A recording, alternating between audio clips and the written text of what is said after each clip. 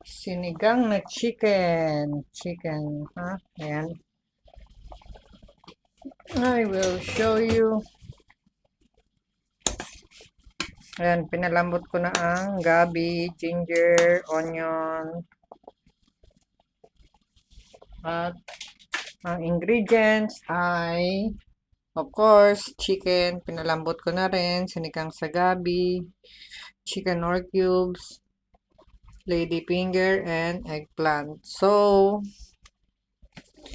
lagay na natin ang chicken.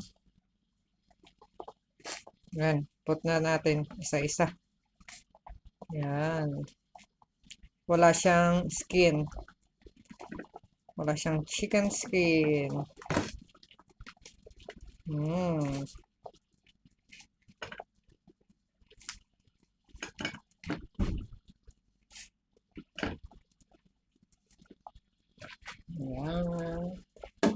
Dayang lansa kasi pinakuluan ko na po yan.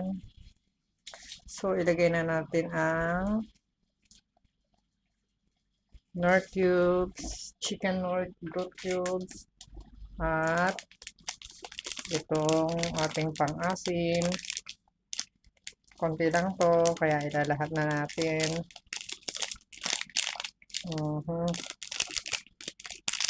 Para malasa.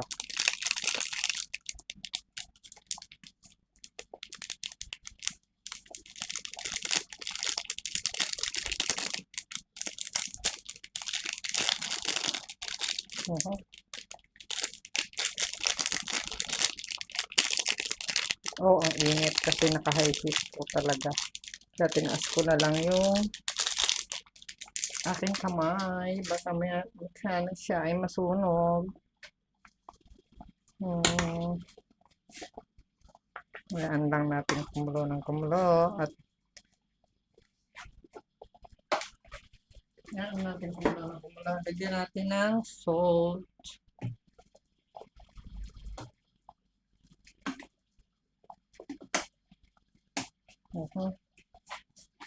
Sprinkled. This is pink salt.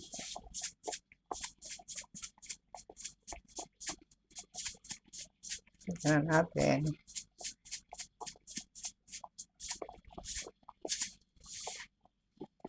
Oh, what is this?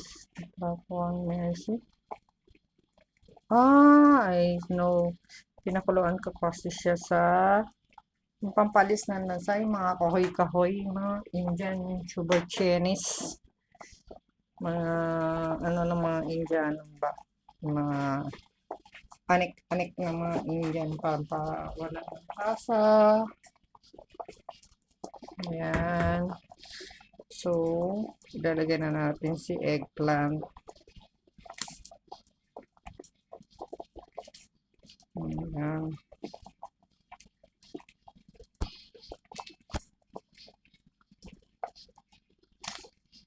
Lagay na natin. Hindi ko natatakpan para yung freshness ng ano mag-stay. Kasi binabad ko na si okra. Oh, naulol na. Naulol na si okra.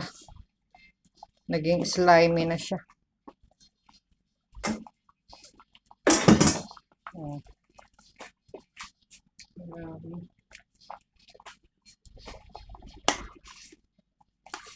Mekos, sote. You know naman how healthy the eggplant para sa mga may high blood, may sugar, everything. Ganon din ang lady fingers, how healthy it is. Kaya po lagi ako may gulay, kanina, vegetable ang almusal ko, salad, at saka sa sweet potato, at saka yung juice lang, hindi ko pa pala na-upload, i-upload ko later. Ayan, tikman na natin ang resulta, ang verdict, kung tama lang. Alam niyo, madalas ako mapasok. Pero malasa na.